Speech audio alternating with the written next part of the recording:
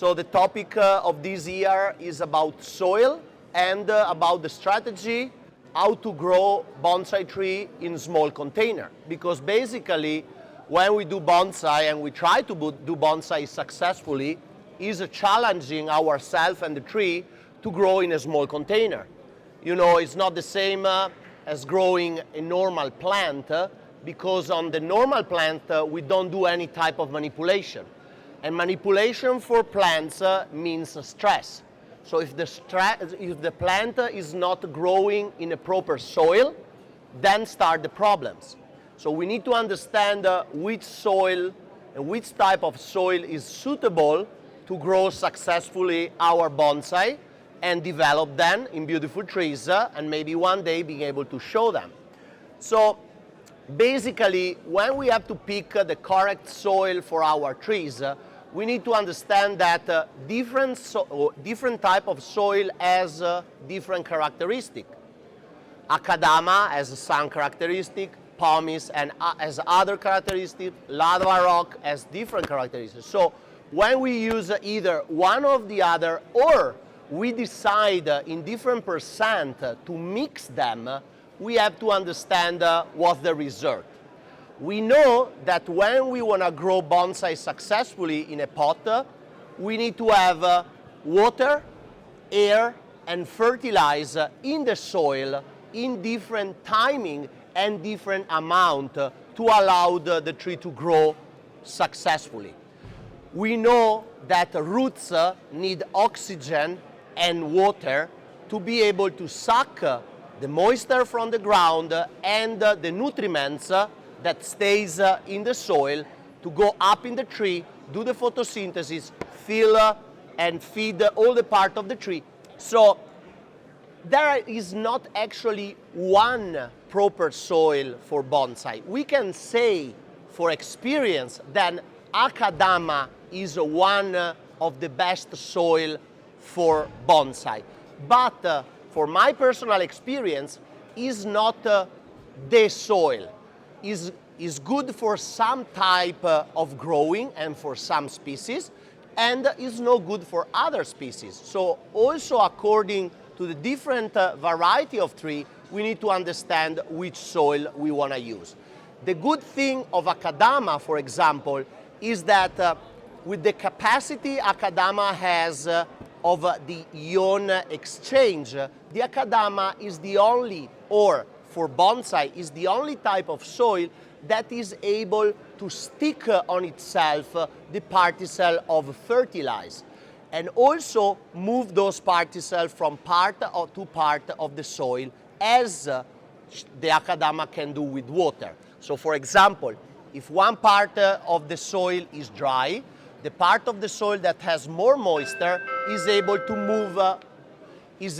move that moisture and use the moisture in a different way. So if we have a part of the tree sucking more moisture and the other part is not, for different reasons, also if it's a juniper and we have a shari, so we have less roots in one section, that section tend to be a little bit more wet. But the akadama is able to move that moisture away. Also with the air, and especially in summer when there is a lot of dehydration from the wind or for the sun, even in summer when there is a lot of dehydration from the wind and from the sun, the akadama is able to move the moisture inside of the pot and always be able to redistribute the moisture. It's important always to have good draining on the soil, because as soon as the tree, for a reason or for another, stop drinking water, for example, in winter because it's too cold, in summer because it's too hot, or after we do a heavy work on the tree and the tree slow down its physiology, we risk, if we don't have good draining holes and good drainage and good soil, that the roots start having a lack of oxygen. Because when the water goes through the soil, the oxygen goes off. And when the water drains, the oxygen goes back between the particles of the soil. So this is something very important. Going back to akadama, the akadama on the long run, according to the type of akadama, we have harder akadama and a little bit more normal. The akadama break down. It's different than pomace of lava rock that are always the same inside of the pot. But akadama, because it's freezing in winter, or even the roots are growing and are breaking down the particle of akadama, the akadama always change the type of soil. So in time, the root ball can become very, very tight, and that's the time that we have to substitute part of the soil to give new air and new also room to the roots to develop. Generally, my advice, if we start with a general talk about soil, is to mix akadama, pomace, and lava rock 1-1-1. Because these three types of soil has different characteristics. Akadama tend to be more wet. Lava rock is differently wet, but can also dry out faster because the pores are very open. And pomace is kind of in between the two. And the good thing of pomace is that, as I said, never change the type of particle, and roots can also grow very well with pomace. So mixing these three types of soil, we can have a good soil mix. Then, according to your location and according to the weather where you live, you can either decide to get rid of one of these soil or put them in different percent inside of your soil mix. But as I said, there is not one perfect soil mix for everyone. Everyone, according to his place and according also to the species that is growing, has to understand which soil is better for the tree. Personally, if I have to talk about my personal experience, what I normally do when I start with the Yamadori, that still has his original root ball, so it's just dirt from the mountain, I pot in pure pomace. Pure pomace help to dry out the extra water from the original soil and keep air between the roots. That's very, very important because if I have, as I said, lack of air inside of the roots start dying. And in a Yamadori that is still in a condition of stress, I don't want to give any extra stress on the original root ball. I want that part of the root ball with dirt to be as dry as possible. So the new roots can start growing in the outside part, in the new soil. Personally, I don't use any akadama on the first repot of a Yamadori because, as I said, akadama, if the roots don't suck out the moisture, tend to be a little bit more wet than pomace. Pomace get rid of the moisture and the water faster. As soon as I move my bonsai, my tree, in the next step, I try to get rid of the original soil and start having a mix between pomace and akadama. Personally, I don't use lava rock because, again, in my type of weather that tend to be very wet in spring and autumn, lava will hold for me in the big particle too much moisture, so doesn't work too much. I prefer to have my tree in pomace and akadama. But for example, in all the Mediterranean area where people grow Mediterranean trees and even Sabina or Taxus, they like to use lava rock a lot. Personally, because I live in a valley where I have a lot of moisture, I don't use at all lava rock. I just mix pomace and akadama. Akadama, I always consider the best soil because, as I said, for the ion exchange is able to give fertilizer to the tree and all the fertilizer until the tree is not going there and pick it up. When I grow my Yamadori and I heavy fertilize, I don't care if the fertilizer don't stick to the pomace and goes away because I fertilize very, very high in nitrogen. So even if I lose some of that fertilizer because it just goes away with the watering, I don't care. But as soon as I have my bonsai in the bonsai pot or in a more advanced stage, I want to have akadama to help me in the process.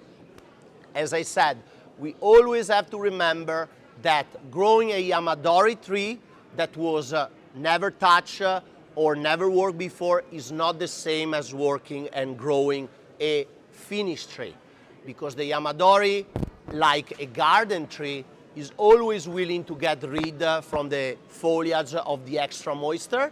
But as soon as we can start manipulating the tree and the tree starts slowing down its processes because we manipulate, we need to have a soil that helps us to that process. Any question? No question? Oh my God. You have a question. I know. You have the face of one with a question. Two questions. Two, you see, I spot the one with two questions. So here is the first question. What particle size do you use for your Okay. trees? So, basically, I avoid, for my trees that are pretty big size, in big pots, I avoid using very small size of akadama or lava or pumice. I always tend to use a big size, so from 3 millimeter up. For Yamadori, I use 8 millimeter pumice, so the bigger one. I want as much air as possible to go through the pot, because as I said, because I have this dirt from the ground, until I don't get rid with that dirt in the second or third repot, I need always to have a very dry root ball. Otherwise, I can have problem with fungi. I can have a problem that the old roots start dying and they start rotting. And as I said, can be a big loss for the Yamadori. When I start having the tree in a more final stage, I can start reducing also the size of the soil, because as we try to mature the foliage of the tree and have a lot of fine ramification, this has to be mirrored in the pot having a lot of fine roots. So our journey to bring a Yamadori to a bonsai stage is not only getting the nice shape and mature shape with a lot of fine branches, but is also, you know, working to have a lot of fine roots. So basically what we do every time we repot a tree, we tend to get rid of the long roots, especially the long roots that came from, you know, the nature, when the tree was growing in nature. And the tree has to produce many fine roots to get also the root ball mature. We can say that when a tree is mature in the bonsai pot, we can take the example of this larch. It's probably a bonsai for the last maybe 10 years. The root ball is very mature. There are not big roots. Everything is nice and small. So when I repot the tree, I just give a little bit of a new soil around and underneath for the new fine roots to develop, and that's it. I don't have to break down, you know, the root ball and restart again, because it will be like cutting all the branches and restart from some inner one. But I wanna, you know, take care of my mature part of the soil and just give new space and new room to roots to develop. As the tree need to grow in the foliage, also the trees get sick if they can't grow new roots because the pot is root bound. So if we have that problem, some roots start dying, because dying they can you know, go in the process of get substitute, but it obviously make the tree sick. That's the reason it's very important always, even on mature tree, after some years, change and give a little bit renew to the soil. But basically, I always tend to use a bigger particles in the first stage of bonsai, and as much as I get the bonsai mature, I break down the particle in smaller part because I get more smaller roots. Any other question? Simon, you have a question? No question? Don't be shy. You have a question? Do you fertilize your Yamadori organically or synthetically? Perfect.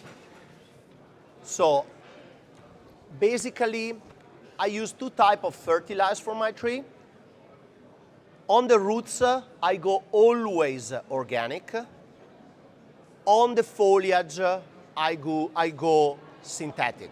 So basically, I spray my tree. I always say that, but I spray my tree with Super Thrive or Green King once a week, just to keep them nice and healthy. And I fertilize organic from spring to autumn, maybe every 15 days. Also, according to the type of tree, according to the work I'm doing on the tree, I fertilize in different ways. For Yamadori, that I want to bring them in the stage where they are super strong and ready to be worked, I don't care if I get big needle, I get extra growth. I just want to get them super strong because I'm going to manipulate them a lot to give the first style. So I fertilize very, very high in nitrogen. Doing that, I also consider that they are in a soil that is draining a lot of that extra fertilizer away, that I said is pumice and is big size. So I don't care if I extra fertilize. When I fertilize my finished tree, I always try to not extra fertilize too much. I really give a more mild, maybe 4-5-5 fertilize. And I also take care every spring to clean the superficial part of the soil because, you know, the fertilizer or the cakes, talking in general, they tend to release the fertilizer, and what is left is like a type of a salty product that can change the pH of the soil of your tree. You know that generally, you want to grow your trees, especially if they are conifer, in a kind of neutral pH. Akadama, for example, has a 6.8 or 6.9 pH. That's the reason why it's very good about the ionic exchange, because very basic or very acid soil, they are no good about the ionic exchange. But if I leave every year or for a long time the leftover of the fertilizer on top of the tree, that can change the pH of that part of the soil, or generally the pH of all soil. That's the reason I always advise in spring, clean away that part and eventually 1 centimeter, and then you put a new soil on top of the trees. Thank you for the question. No more talking? Thank you, guys. Ah, no, you haven't. Oh, no. Another question. Last one. Is there a type of soil that can help to grow more mycorrhiza when you have a tree that lacks a bit when you cut it off from a repot? So, during these years of collecting Yamadori and especially collecting Scots pine, and actually I'm gonna work on one of the Scots pine I collected today at the demo. What is my perception of what's happening is that the tree and the mycorrhiza that grows in symbiosis with the roots is gonna grow anyway which type of soil you're gonna use. For example, we collect the Scots pine with very ugly gray clay in nature, and they are full of mycorrhiza. When I repot them and I try with different, I tried pumice, but I also mix pumice sometimes with perlite. That's for a weight reason. When I collect big Yamadori, perlite is very light and can fill the spaces and have less weight than pumice. So I see that mycorrhiza is growing anyway, either in one soil or the other. When I put the trees in the pot and I start using akadama, I take them out and all the outside and under surface are just white of mycorrhiza. So basically, that good fungi doesn't care on which soil is growing, what we can do is when we grow trees that goes in symbiosis with mycorrhiza, like Quercus, oaks, or Scots pine, we can add some extra mycorrhiza to make the process of renewing faster. Every time I repot a pine, I keep part of the soil I take off, I break it down again, there is this white or yellow mycorrhiza, those are the two types that you can develop on the pot, and then I add in the new soil, so the renew of the mycorrhiza is a little bit faster. But generally mycorrhiza kind of don't care, okay? Thank you guys, thank you so much. Prego, grazie mille. Ah, i calzini!